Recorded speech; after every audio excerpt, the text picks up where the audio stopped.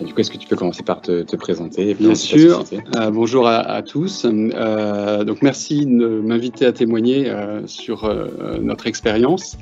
Et merci aussi à l'organisation de la Semaine de la BI qui respecte aussi les contraintes qu'on connaît et qui nous imposent des distances et d'autres équipements. Alors rapidement, donc Fidelfio, c'est une entreprise familiale basée près de Nantes. On fait du négoce en emballage et nos clients sont plutôt des clients B2B industriels et nous servons nos clients avec 6 agences qui sont réparties sur le territoire français. Moi, je m'occupe de la partie administration, finance depuis 2013 et je manage également l'équipe système d'information. Ok, merci. Juste quelques chiffres pour redonner le contexte. On est une entreprise familiale, comme je le disais, de 150 personnes et on représente 70 millions d'euros de chiffre d'affaires environ. Avec le plus gros dépôt aux Sorinières. Alors, plutôt en Île-de-France. Non, en Île-de-France. Le siège social alors est aux Sorinières. Exactement. Très bien. Alors, qu'est-ce qui s'est passé dans votre entreprise du coup pour avoir le déclic qui vous fait dire qu'on a besoin de la BI chez Fidelfio? Alors en 2016, on a changé de RP. Donc on a changé complètement le système de gestion de l'entreprise, que ce soit la partie exploitation que comptable. Donc jusqu'en 2016, on avait des rapports bien établis qui sortaient de notre système AS400 même. En revanche, quand on a déployé le RP, on a eu du mal à stabiliser un certain nombre de rapports de restitution. Donc finalement, le plus rapide était de créer des tableaux Excel, mais sur la base des extractions assez lourdes, avec des individus, quelques-uns, une poignée qui étaient habilités à sortir les données.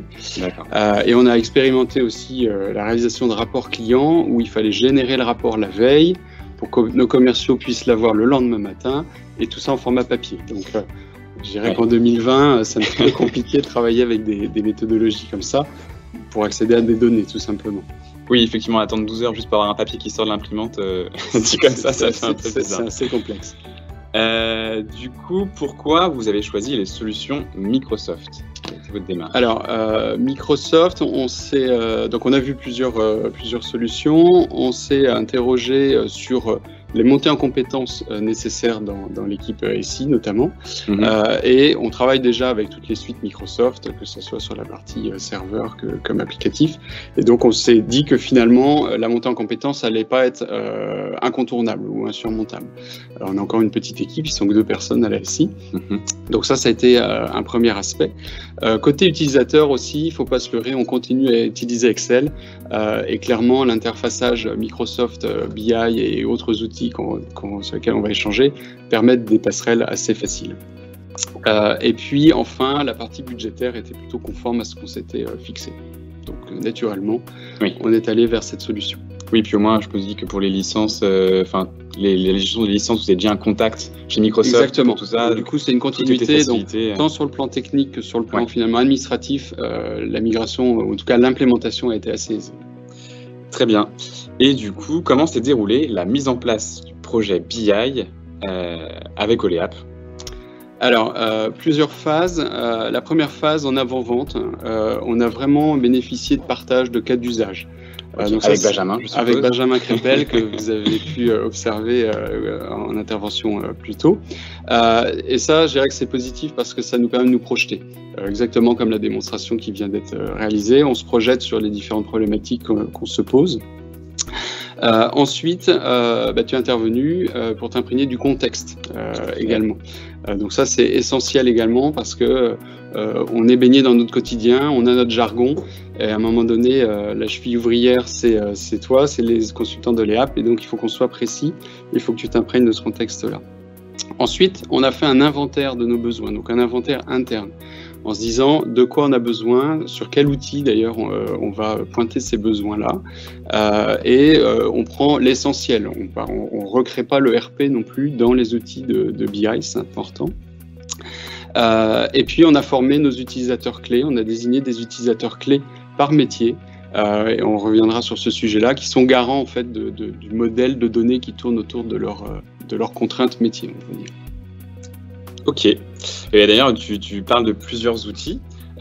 Comment vous avez le choix des outils? Alors, les outils que moi j'ai implémentés quand je suis arrivé déjà, donc on a du Power BI, du SSRS, et bon, de l'Excel, qui est un outil de restitution quand même aussi.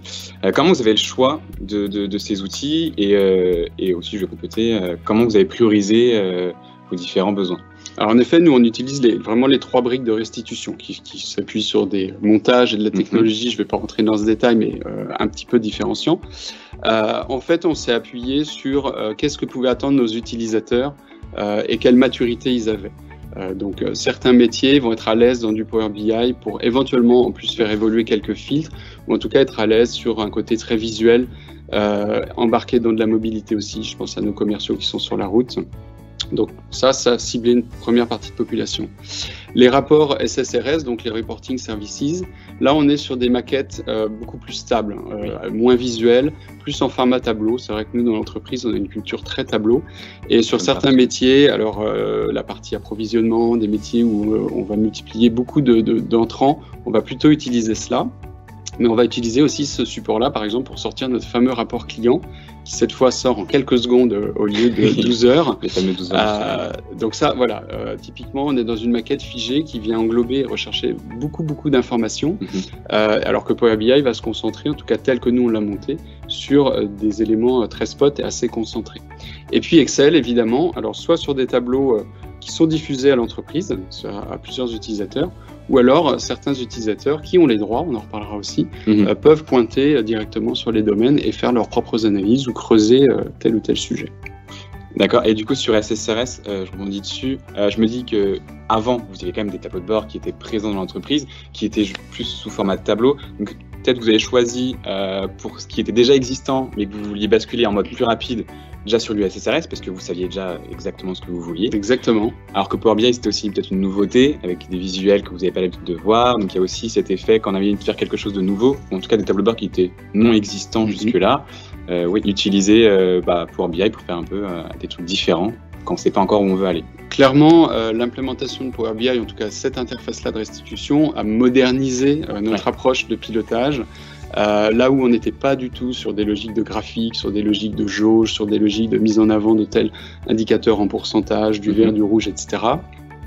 Où tout était vraiment fondu dans des tableaux qui pouvaient paraître illisibles. Ça a été quelques remarques que tu as pu nous formuler en intervenant. C'était très large. C'était pas du A4 en plus, je ne sais pas en quoi vous imprimez, mais c'était assez grand. Ouais. Et là, en l'occurrence, Power BI a permis cette ouverture-là et d'être plus dynamique. Et avec, sur certains tableaux, ce côté drill down qui a été évoqué tout à l'heure, dont on bénéficie et qui permet d'être assez pertinent tout de suite sur soit des problématiques qu'on va identifier sur des familles de produits ou sur des zones géographiques. Enfin voilà, on va passer avec ces différents axes-là. Le reporting services le permet aussi, mais de manière moins limpide, moins facile. Et en tout cas, encore une fois, c'est assez figé. Oui, c'est vrai que j'avais pas pensé à ça, mais moi, ce qui m'a choqué dans vos tableaux, c'est qu'il n'y avait pas de couleur. Il fallait lire le chiffre pour comprendre est-ce qu'il était positif ou négatif. C'est vrai. Alors que dès qu'on met même du Power BI ou du SSRS, on arrive très facilement à paramétrer en fait la couleur. Et hop, on a tout de suite l'information pertinente, on va dire. Je sais où je dois, juste en regardant mon rapport, où je dois regarder l'information. Et ça contribue aussi même, je pense, à l'intégration de nouvelles personnes dans l'entreprise. Oui. Tout de suite, on est dans une compréhension plus rapide des indicateurs clés et de ce sur quoi il faut se concentrer. Ok. Et justement, on parle un peu de ce qui a changé. On va avoir des rapports qui ont des couleurs, mais qu'est-ce qui a changé sinon maintenant que les outils sont là ? Alors, un gain de temps, indéniablement, je l'évoquais tout à l'heure, toutes ces extractions Excel qui prennent du temps, qui mobilisent des PC en plus, donc quand l'extraction tourne, parfois on ne peut pas travailler sur d'autres techniques, donc ça c'est un point. Le fait qu'on n'est finalement plus dépendant d'humains, ou en tout cas de quelques profils seulement habilités jusqu'à présent à faire ce job-là. Là, on est en automatique. Si je ne me trompe pas, il n'y avait que 2 personnes à un moment donné qui étaient habilitées. Exactement. Donc, c'est assez dangereux quelque part.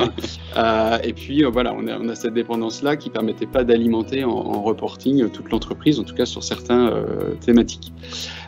Donc, là, on n'a plus cette dépendance-là. Donc, ça contribue à la digitalisation des process. Hein, c'est intéressant. Fiabilité des données également.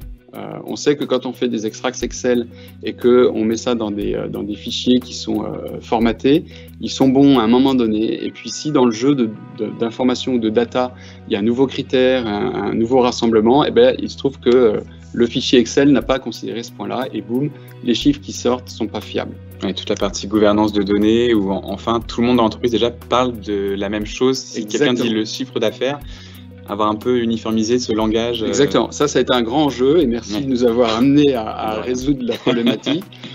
Où effectivement, quand on parle de chiffre d'affaires, dans tous les services, on parle du même chiffre d'affaires. En tout cas, on sait quels sont les critères qui nous ont permis de venir cibler que c'est cette information-là et pas une autre.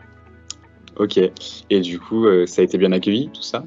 Alors oui, plutôt favorablement, il y avait une grande attente quand même, clairement, tout ce que je vous évoque là, les gens le vivaient au quotidien, donc il y avait une attente.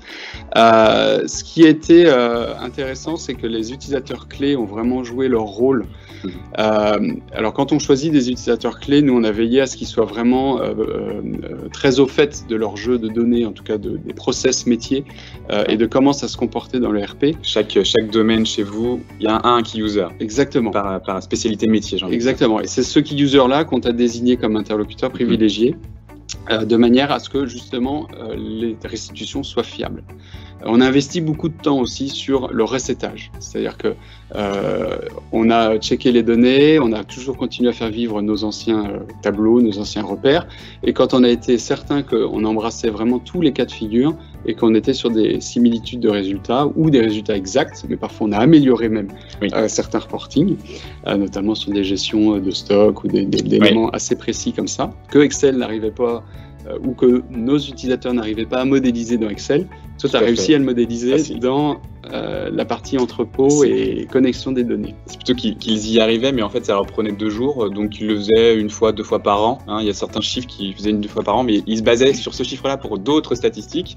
Et du coup, voilà, les statistiques finales n'étaient pas précises. Et la BI a permis de corriger tout ça. Oui. Exactement. Et c'est une thématique qu'on devait regarder au quotidien, par ailleurs. Donc, c'était un petit peu antinomique. Oui.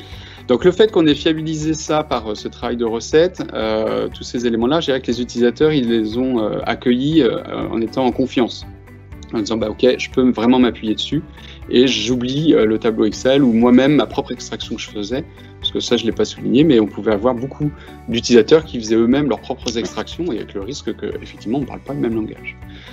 Et on a aussi pas mal formé les équipes, c'est-à-dire qu'on leur a montré en progression aussi de certaines thématiques.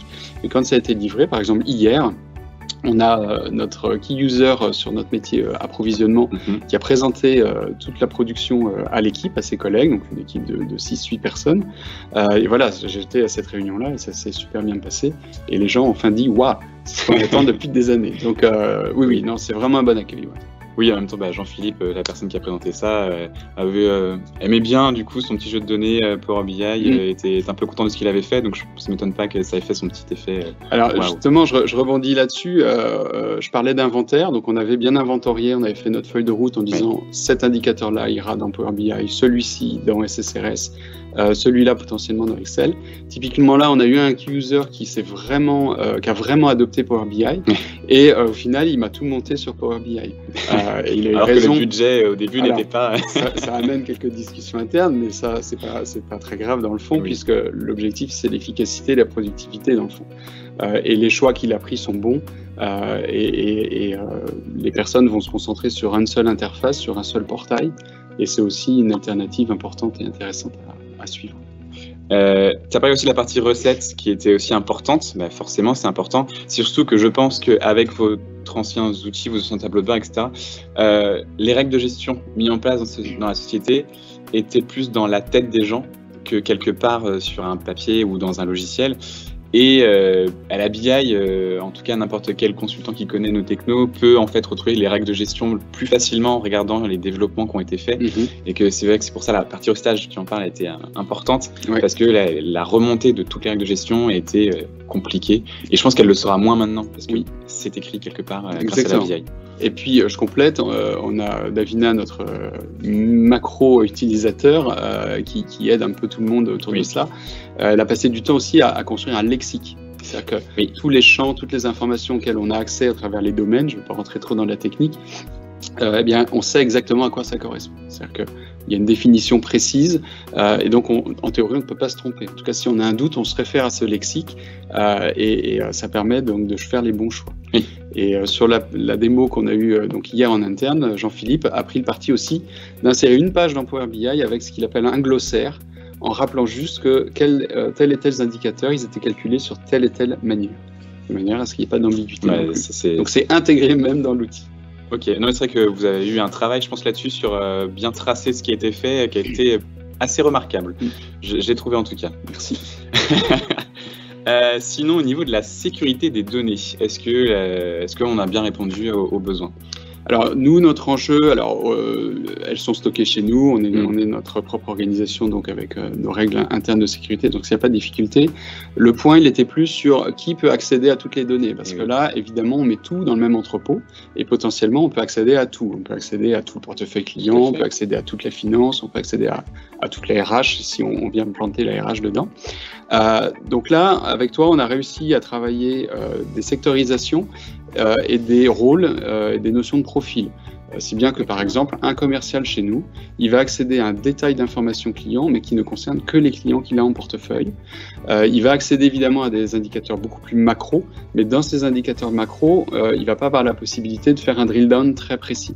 Donc toute cette logique-là, on l'a travaillé ensemble et en effet, on l'a implémentée. Donc je considère que oui, la sécurité, elle est là. La partie Excel aussi, on ne le met pas en avant particulièrement sur certaines thématiques, ou alors on peut brider quand les fonctionnalités nous le permettent. Donc oui, moi je considère que tel qu'on a monté le sujet, on a respecté notre stratégie. Surtout, c'était important. Enfin, moi j'ai bien compris l'importance de faire attention aux différents profils. Donc c'est pour ça qu'il y avait quand même un enjeu là-dessus à bien répondre aux besoins. Ma dernière question, ça va plutôt être comment tu as trouvé cet échange avec Oleap, comment tu définis notre relation entre Fiafio et Oleap. Peut-être un petit point avant sur l'autonomie des personnes, parce qu'on a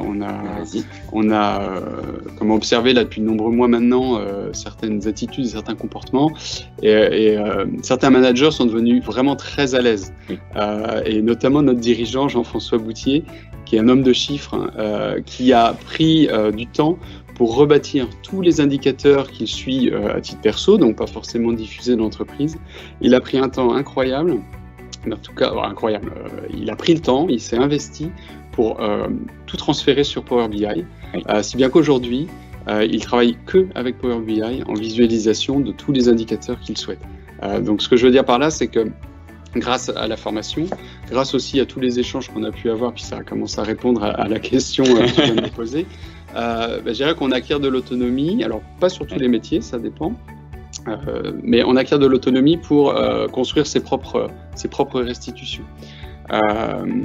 Alors, on a quand même changé de stratégie à un moment donné ensemble, où quand on a commencé à mettre le projet en place, on était plutôt sur un gros transfert de compétences. C'est-à-dire que l'objectif, c'était que tu nous amènes l'expertise, enfin, Oleap nous amène l'expertise. Je ne devais intervenir qu'en début de projet, transférer la compétence et repartir. Voilà. Et on s'est rendu compte que compte tenu de notre taille, compte tenu de nos compétences internes et de l'effort que ça pouvait prendre, on a préféré finalement sous-traiter, entre guillemets, un certain nombre de réalisations. Et en revanche, on reste garant de ce qui est produit et des évolutions. Mais voilà, c'est intéressant à souligner quand même. Parce que je rappelle, ils sont que deux, du coup, chez vous, ils sont deux. TSI, donc ça faisait une charge supplémentaire importante. Et au-delà de la compétence Microsoft que j'évoquais tout à l'heure, mais dans le contexte général, c'était relativement aisé. Dès lors qu'on rentre un peu plus dans la technique, ça mène quand même à travailler différemment. Alors, pour répondre plus précisément à ta dernière question, qui était plutôt sur les échanges Oleap. Voilà. Alors, moi, les échanges ont été très positifs. Oleap, c'est une entreprise à taille humaine, donc moi, c'est synonyme de réactivité. C'est ce que tu as pu traduire sur ton intervention, mais aussi Benjamin qui nous suit sur le plan commercial. Donc ça a été positif. On a bénéficié de suggestions aussi de votre part. Là où on partait dans des directions, vous avez pu parfois nous dire si vous prenez le sujet un peu différemment, ce sera peut-être plus efficace, ou on peut aller dans cette direction. On vous a suivi. Il y a une recommandation d'ailleurs, celle de Benjamin que je ne regrette pas d'avoir suivie, c'est celle d'avoir l'outil, c'est-à-dire d'avoir d'abord travaillé sur un domaine. Donc, pour le citer, on a commencé par le commerce, ensuite on a passé aux appros, ensuite on passe à la finance. Enfin, vraiment de ne pas prendre tous les sujets de front, parce qu'on aurait plus tendance à se dire allez go, on prend tout.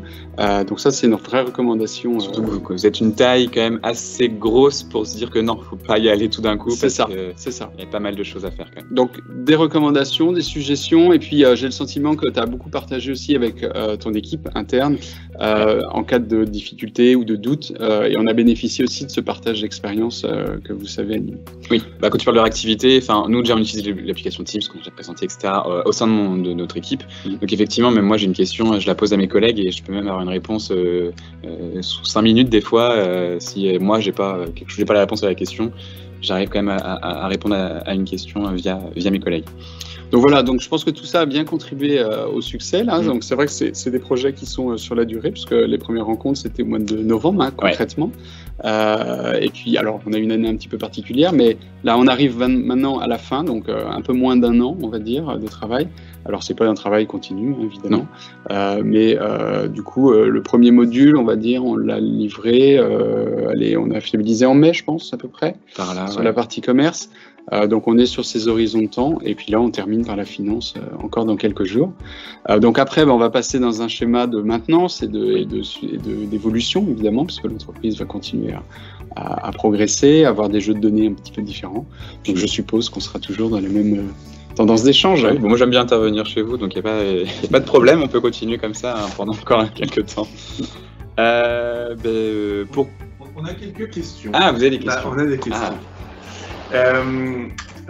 Richard, comment vous avez fait pour vérifier que la partie cube ou modèle de données, on appelle ça un peu comme on veut, on l'a vu ce matin, qu'ils étaient corrects en fait? Comment est-ce qu'on procède quand on est utilisateur de la BI pour s'assurer qu'on peut faire confiance à la BI, quoi? Alors c'est ce que j'évoquais tout à l'heure, c'est toutes ces phases de recettes qui prennent vraiment du temps. On se pose vraiment là à deux avec les deux PC face à face. Exactement, et on prend l'ancien tableau de bord, en tout cas la version qu'on exploitait jusqu'à présent. Oui. Alors la difficulté c'est le temps, c'est-à-dire moi quand je sors mon tableau il était telle heure et j'avais tel jeu de données, et toi quand tu sors en extraction ou la modélisation c'était sur quel jeu de données. Donc il y a ce petit travail là de temporisation et d'être certain qu'on est bien en phase. Et du coup en travaillant à minuit on n'avait pas de problème. On était sûr qu'il n'y avait pas de transaction qui passait dans les bases. Non mais sérieusement, il y a eu du travail de pointage clairement sur certains données qu'on va considérer comme sensibles ou sur lesquelles on voulait vraiment retrouver les éléments. Et ben oui, on a passé du temps à pointer, donc un vrai travail de comptable entre guillemets, juste pour être certain qu'on embrassait tous les cas et qu'il n'y avait pas de risque. Alors on part en macro évidemment, si les deux résultats macro sont corrects, eh bien on considère que c'est bon. Maintenant, s'il y a un décalage, c'est de comprendre ce décalage, parce qu'en effet, le métier que tu fais est complexe. Il y a des requêtes qui sont multiples, parce que toutes les tables, pour avoir vu les schémas des interfaces de travail, il y a les requêtes qui sont multiples, et donc on pourrait exclure des situations, on pourrait prendre le risque d'oublier quelque chose. Donc non, il faut contrôler avec les informations. Avec de gestion, les informations en oublier une quand il y en a beaucoup. C'est vrai que la question est importante, c'est important de faire confiance aux chiffres. Oui. C'est-à-dire, une fois que c'est en place, il ne faut pas qu'on se pose la question est-ce que c'est juste ou pas, quoi. C'est pour ça qu'il faut être vraiment sûr que les chiffres sont bons avant d'aller plus loin, parce que si jamais on met en place des rapports et qu'au fur et à mesure les collaborateurs sont non, il est pas bon ce chiffre, et puis en plus oui j'avais raison, il est pas bon, ils vont perdre confiance en la BI et vont moins l'utiliser, alors que non, là l'idée c'est quand même d'arrêter d'utiliser les anciens tableaux de bord. C'est exactement ça. C'est un gros travail. Alors, ce n'est pas choquant dans notre entreprise, parce que notre culture, elle est vraiment dans de l'ultra-contrôle de data. Donc, on était assez à l'aise dans l'exercice. Mais il faut être conscient que ça prend du temps, cette phase de recettage. Cette phase de recette, On a une autre question, c'est quel est finalement l'intérêt d'avoir des key users par métier dans l'entreprise et est-ce que les key users sont obligatoirement autonomes dans la réalisation des rapports? Alors, l'intérêt, après, effectivement, c'est propre à chaque organisation. Chez nous, l'intérêt d'avoir eu ces key users-là, c'est qu'encore une fois, ils étaient tout à fait... dans une équipe, tout le monde n'est pas très à l'aise avec toutes les données. Tout le monde est à l'aise avec les transactions qui sont gérées par l'ERP, mais les traductions en base de données, parfois, peuvent échapper parce qu'on met des codes par automatisme quand on est... à ses missions, à ses tâches de travail. Par contre, certains analystes dans ces services-là, eux vont savoir que parce qu'il y a tel code, je vais pouvoir en tirer telle conclusion. Donc, on a choisi ces personnes-là qui était à l'aise avec la connaissance des informations qui finalement s'implémentaient dans le RP. Maintenant, si dans une équipe tout le monde a le même niveau, effectivement, il n'y a peut-être pas lieu de nommer quelqu'un en particulier. Encore que ça prend du temps, donc il faut faire attention à ne pas diluer les responsabilités pendant qu'on continue à travailler. Donc c'est vraiment cette connaissance des règles de gestion, etc., qui était accrue, et c'est pour ça qu'on a choisi ces différents individus-là. Alors je suppose que oui, on peut monter un projet sans utilisateur clé, mais ça n'a pas été notre stratégie. Oui. Et puis, quand il passait du temps à recéter, cet utilisateur, effectivement, on déportait un peu son travail quotidien sur ses collègues qui ont accepté de faire le job pour un rendu après et un gain de temps collectif. Donc, nous, on est parti sur ce choix-là, effectivement. Tu voulais ajouter un point ? Non, moi, rien que moi, pour moi, n'avoir qu'un seul interlocuteur. C'est ce que je voulais souligner aussi. C'est plus pratique. Parce que déjà, on échange beaucoup, donc cette personne-là, si elle centralise, même si c'est pas elle qui remonte après des problèmes. Une fois au niveau recettage, on est au début du déploiement, c'est peut-être pas elle qui va avoir tous les problèmes, mais au moins c'est elle qui va vérifier que le problème est bien un problème plutôt technique de ma partie et pas juste un problème de compréhension de ce que le chiffre affiche.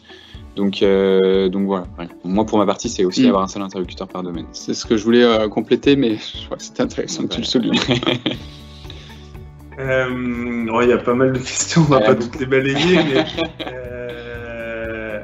aujourd'hui, il y a combien d'utilisateurs au global qui se connectent à l'entrepôt finalement et qui exploitent les datas Alors, donc sur 150, on a une population logistique importante, donc forcément cette population-là va être moins concernée, si ce n'est qu'on a modélisé sur Excel là, un rapport quotidien pour toute l'entreprise, et les patrons de nos entrepôts en fait vont télécharger cet Excel-là qui va se mettre à jour et qui prend vraiment quelques informations flash. Donc, je dirais que là, ça répond à toute une population dans l'entreprise qui est encore une fois sur le terrain logistique.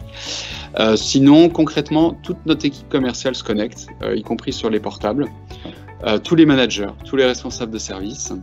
Là, on va ouvrir toutes les licences à notre équipe d'approvisionnement, donc c'est encore 8 personnes qui vont se connecter à la plateforme en plus. Donc, aller sur les 150, aujourd'hui, on va être à une quarantaine de personnes, je pense. Et puis, on va bientôt passer à la finance, donc il y aura encore quelques utilisateurs qui vont compléter le panel. Ouais. Et on parle bien d'une utilisation quotidienne en plus. Et c'est quotidien, clairement. Clairement, aujourd'hui, quand on arrive, alors même on n'est pas arrivé, on regarde sur le téléphone, mais quand on arrive, on ouvre le portail Power BI, qui devient de plus en plus complet. Donc ouais, c'est le point d'entrée, désormais. Je pense, est-ce qu'on a des questions autour de ça ? Il y a des questions. Pourquoi ouvrir finalement de la BI au métier ? Alors cette question, je la trouve intéressante, mais et pas que aux managers. Alors, il y a plusieurs façons de la traiter. Donc sur la partie commerciale, après on peut avoir des ERP qui réagissent aussi différemment. Le nôtre permet pas de manière très intuitive à faire du drill down pour se dire tiens, je compare le business que j'ai fait avec tel client entre cette année et l'année précédente, quelle est la différence, à la hausse ou à la baisse, peu importe, mais en tout cas je veux analyser. Dans notre ERP, on peut le faire, bien sûr, mais on va aller naviguer avec différents menus pour constituer l'information. Clairement, avec le BI, on suit un chemin tel qu'on l'a défini en amont, et j'arrive tout de suite à ma synthèse. Donc c'est hyper productif. Donc là, je suis sur la population commerciale. L'exemple concret, c'est que j'ai fait un tableau par exemple où on choisit par quoi on regroupe déjà nos clients, par département, par famille de clients, je sais pas comment par secteur d'activité, etc. Avant, et déjà je choisis comment je le regroupe. Et une fois que moi, ce département-là, je regarde par département, je vois qu'un département, je suis en retard, je vais voir pourquoi, sur quel client de ce département, ensuite, j'ai pris ce retard. Et là, on descend la famille de produits et éventuellement on descend le produit. Donc là, je dirais que c'est hyper productif et aucune personne ne peut, aucune personne de l'équipe commerciale ne peut arguer sur la difficulté d'accéder à l'information. Je dirais, elle est là, elle est accessible. Et l'autre exemple pour répondre à cette question, c'est notre équipe d'approvisionneurs, où là aussi, on a parfois des complexités avec des relations fournisseurs des critères, en tout cas de la donnée, avec des minimums de vente, des contraintes, de délai, des choses comme ça, où là aussi, accéder à l'information consolidée n'est pas aisé. Donc là, tout le travail qui a été fait, c'est de pouvoir modéliser, alors ça c'est un exemple, des informations qui permettent de mettre en relief, en vision multi-agence aussi, qui parfois n'est pas aisée, hein, je l'indiquais, on a 6 agences en France, en version multi-agence, de pouvoir tout d'un coup avoir une vision, et là aussi de faire un drill down tout de suite sur la difficulté qu'on a. Et encore une fois, c'est oui, alors la productivité, ça peut être mal interprété à un moment donné, mais faciliter la vie au quotidien des gens, en fait. Ils ont besoin d'accéder à cette information-là. C'est eux qui l'utilisent tous les jours aussi. C'est eux qui l'utilisent pour aller plus loin dans leur mission. Donc on contribue vraiment à enrichir leur analyse et leur réaction. Une fois qu'ils ont traité le point, au lieu d'y passer peut-être, je ne sais rien, moi 20 minutes ou une demi-heure en fonction de la thématique qu'ils regardaient, cette fois l'info est disponible, c'est très rapide, c'est quasi instantané. Alors c'est instantané, oui, sur les scénarios qu'on a définis, c'est sûrement les données de la veille, ou c'est les données de toutes les heures. Enfin, après voilà, c'est en lien avec des scénarios qu'on a pu déployer. Bon, super. On s'arrête là pour les questions. Ouais, je pense que déjà merci beaucoup, Richard, d'être venu témoigner, d'avoir pris le temps. Pour conclure, j'avais envie de dire, j'apprécie beaucoup notre échange, de travailler avec Fidelfio. En tout cas, j'y vais avec plaisir à travailler avec vous. On sent que c'est hyper intéressant. Je me rends compte que mon travail a vraiment une plus-value chez vous. Je suis attendu. Mes chiffres, en tout cas, sont attendus. Donc, on voit que là, la BI, ça sert vraiment à quelque chose. Donc, forcément, je pense que c'est pour ça qu'aussi nos échanges sont aussi réactifs et fluides, parce que, de toute façon, on a tout intérêt à travailler ensemble comme ça. Et c'est très appréciable. Merci.